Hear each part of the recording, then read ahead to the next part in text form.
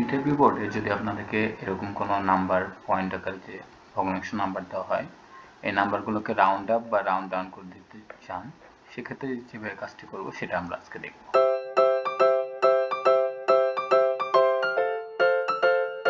তো প্রথমে আমাদের যেখানে রাউন্ড আপ করব সেখানে equal round up bracket on, তো যে নাম্বারটি থেকে সিলেক্ট করব সেই সেলটিকে সিলেক্ট করে তারপর কমা, এটাকে আমরাকে 0 দিয়ে দিব, যে 0 সহ ব্র্যাকেট অফ, এন্টার দিলে 95.6 এটাকে 96 করে 96 করে দিচ্ছি। তারপরে এখান থেকে ফ্রি হ্যান্ড থেকে ক্লিক করলেই সবগুলো বেরিয়ে যাবে।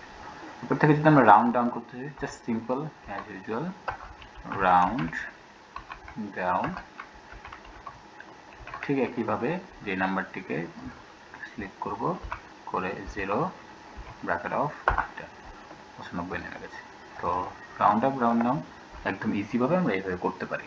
ধন্যবাদ, চ্যানেলটিকে সাবস্ক্রাইব করে দিবেন।